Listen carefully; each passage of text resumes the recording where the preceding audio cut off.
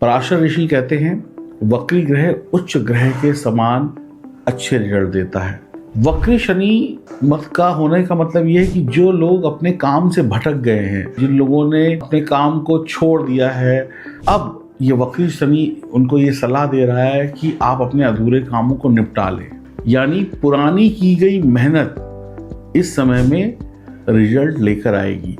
कई काम ऐसे होते हैं जो हमने कर दिए और उसका रिजल्ट नहीं मिला, उसका रिजल्ट कुछ राशि वालों को मिलेगा। कई वादे ऐसे होते हैं जो हमने कर दिए लेकिन निभाए नहीं, तो आपको वादे भी निभाने पड़ेंगे, आपको पुराने कामों को भी करना पड़ेगा। यही शनि के वक्री होने का रिजल्ट। अब आपकी राशि के ऊपर इस वक्री शनि का क्या प्रभाव होने वाला है, ये हम इस वीडियो में जानने की कोशिश करेंगे। आपके लिए शनि का वक्री होना कितना शुभ है, कितना अशुभ है, ये भी जानेंगे। मेरा नाम है एस्ट्रोलॉजर सचिन पंडित और आप देख रहे हैं एस्ट्रो इनवाइट। अब सीधे चलते हैं आपकी राशि के ऊपर इस वक्री शनि का क्या प्रभाव रहने वाला है आने वाले 138 डेज में। तो हम बात करते हैं अब धनु राशि की। तो धनु राशि वालों के लिए शनि धन भाव और पराक्रम भाव के स्वामी हैं और सुख चैन के घर यानी 4th हाउस में वक्री हो रहे हैं, यानी कि रेट्रोग्रेड हो रहे हैं, उल्टी चाल चलेंगे। तो शनि की ढैया धनु राशि वालों पर ऑलरेडी पहले से ही चल रही है। तो चौथा घर जो है ना, वहां पर जब भी कोई ग्रह बैठता है और शनि जैसा ग्रह बैठ जाए तो थोड़ी सी टेंशन, मानसिक चिंता, परेशानी जरूर देता है, क्योंकि चौथा घर है चंद्रमा का और चंद्रमा और शनि की कोई अच्छी दोस्ती नहीं है। तो पिछले कुछ महीनों में, जो बीते हुए महीने, आप देख रहे होंगे कि आपको बहुत ज्यादा मानसिक टेंशन हो रहा होगा, काफी प्रॉब्लम चल रही होंगी, बहुत आपको कहते हैं खींच खाता है आदमी, छोटी छोटी बात पे आप इरिटेट हो रहे होगे और कोई भी कुछ कह दे तो आप बातों को बहुत लंबा खींच रहे होगे, छोटी छोटी बातों को लंबा खींचना। तो ये सब चीजें आपके स्वभाव में आ रही होंगी। एकदम से गुस्सा हो जाना, एकदम से शांत हो जाना, हर एक चीज को लेकर कंफ्यूज रहना, ये चीज करें या ना करें, ये सारी चीजें आपके साथ हो रही थी। लेकिन जब शनि वक्री होंगे तो ये सब चीजें बहुत ज्यादा होने लगेंगी अब, क्योंकि वक्री शनि ना चेष्टा बली हो जाता है, नहीं ज्यादा पावरफुल हो जाता है।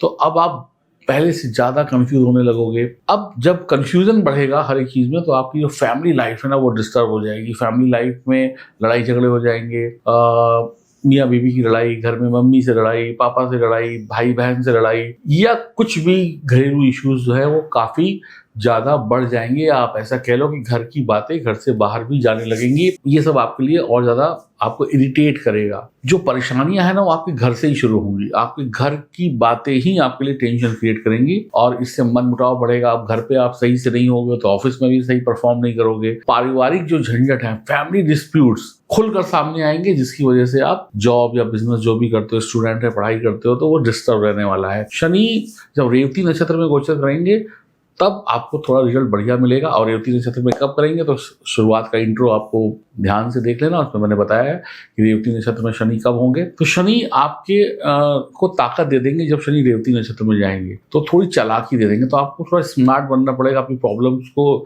स्मार्ट तरीके से सॉल्व करना पड़ेगा, क्योंकि शनि हमेशा ये कहते हैं ना कि सीधे मत बनो। सैटर्न का काम है थोड़ा चालाकी देना। तो भाई बहन से आपको थोड़ी हेल्प मिलने लगेगी जब रेवती नक्षत्र में होंगे।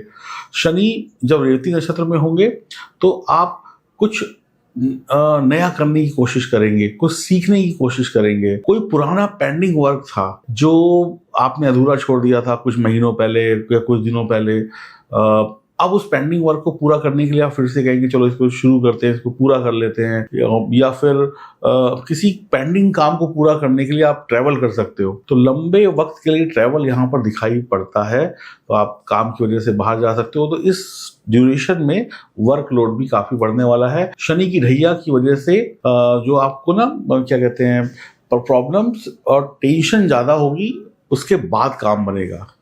अब इस समय में आपका जो मन है ना, आपका जो मन और दिल और दिमाग, ये आपको ना इधर उधर की बातों से हटाकर अपने काम पर लगाना पड़ेगा।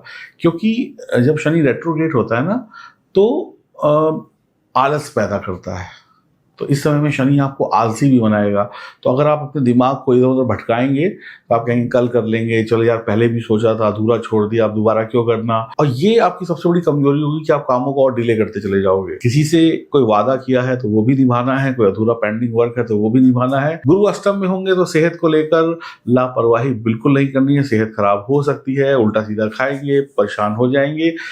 स्टमक प्रॉब्लम, गैस, एसिडिटी जैसी चीजें बहुत तेजी से आप पे अटैक करने वाली हैं। पैसा भी खर्च होगा, नई जॉब भी लगेगी। पैसा खर्च करके पछताएंगे नहीं, जो इन्वेस्टमेंट होगा वो सही होगा।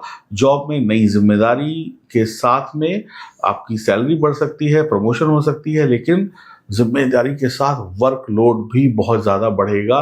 तो आप कई बार कहेंगे कि सैलरी कम बढ़ी लेकिन टेंशन ज़्यादा हो गई। लव लाइफ, मैरिज लाइफ में बहुत सारी प्रॉब्लम्स आने वाली हैं, तो अपने पार्टनर के साथ रिश्ते सही रखिएगा। और लव लाइफ में भी काफ़ी डिस्प्यूट्स होने वाले हैं, वहाँ पर भी आपको संभल कर चलना होगा। अगर आप शादी के योग्य हैं और शादी की बात घर पे करना चाहते हैं तो कुछ वक्त रुक जाइएगा।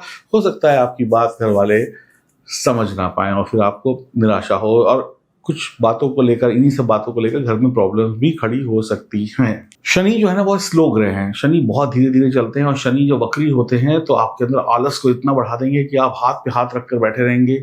शनि वक्री होंगे तो आपका मन करेगा कुछ नहीं करना है, अच्छा कल कर लेंगे, अच्छा परसों कर लेंगे, अच्छा थोड़ा टाइम पास कर लेते हैं, टाइम पास के नए रास्ते निकाल लेंगे। आप पहले आराम कर लेते हैं, आराम से ऑफिस जाएंगे, थोड़ा लेट लतीफ ऑफिस जाएंगे। काम अगर अपना बिजनेस है तो और लेट जाएंगे कि चलो यार हम तो खुद ही बॉस हैं, क्या फर्क पड़ता है। ये सब आपको ले डूबेगा। तो आलस बिल्कुल नहीं करना है। आलस जैसे जैसे बढ़ता जाएगा वैसे वैसे शनि और खराब होते जाएंगे और आपकी टेंशन बढ़ती चली जाएगी। तो हर हाल में जो है ना खर्चों को कंट्रोल करना है। हॉस्पिटल वगैरह पे भी खर्चे हो सकते हैं, ध्यान रखना है कोई एक्सीडेंट वगैरह ना हो। भाग दौड़ बढ़ेगी, पारिवारिक टेंशन बढ़ेगी, मनमुटाव बढ़ेगा। इन सब के लिए तैयार रहिए। पति पत्नी, गर्लफ्रेंड बॉयफ्रेंड में तकरार भी होगी। फादर से भी कुछ डिस्प्यूट्स हो सकते हैं किसी सब्जेक्ट को लेकर, किसी विषय को लेकर। गुरु की दृष्टि अक्टूबर के महीने में रहेगी शनि पर, तो सब कुछ कंट्रोल रहेगा। लेकिन नवंबर का महीना और दिसंबर का शुरुआती समय, नवंबर का पूरा महीना, दिसंबर का शुरुआती समय आपके लिए प्रॉब्लम भरा रहने वाला है। तो सावधानी जरूर रखनी होगी। और अगर आपकी जन्म कुंडली में सैटर्न पहले से खराब है, प्रॉब्लम में है, तो आपके लिए समस्याएं बहुत बढ़ेंगी और आप कई बार बहुत निराश हो जाएंगे अपने फैसलों से, अपने परिवार वालों की हरकतों से, घर के प्रॉब्लम से। तो हनुमान चालीसा पढ़ना एक अच्छा उपाय है। शांत जगह पे जाना एक अच्छा उपाय है। किसी अपनी माता के समान, जो आपकी मम्मी दादी के उम्र की जो महिलाएं होती हैं, उनका आशीर्वाद लेना एक अच्छी बात होगी। सावन का महीना है, शिव जी पर दूध वगैरह चढ़ाइए, इससे भी आपको राहत मिलेगी। बस कोशिश ये करिए कि घरेलू झगड़े ज़्यादा ना बढ़े, घर की बातें घर से बाहर ना निकलें। अब आप हजारों लाखों लोग एक ही राशि के होते हैं, सबको एक जैसे रिजल्ट नहीं मिलते हैं। जिनकी जन्म कुंडली अच्छी होगी उनके लिए प्रॉब्लम थोड़ी कम होगी, जिनकी जन्म कुंडली खराब होगी उनके लिए ज़्यादा प्रॉब्लम होगी। अब ये डिपेंड करता है कि आपकी प्रॉब्लम कितनी बड़ी होने वाली है आपकी जन्म कुंडली के ऊपर। तो अगर जन्म कुंडली में गड़बड़ है तो फिर गड़बड़ ज़रूर होगी, और जन्म कुंडली अगर सही है तो फिर प्रॉब्लम कम होगी। उपाय ज़रूर करिएगा और इस समय में अपनी जन्म कुंडली को सही करा लीजिए ताकि आपको कोई बड़ी मुसीबत झेलनी ना पड़े। मेरा नाम है एस्ट्रोलॉजर सचिन पंडित।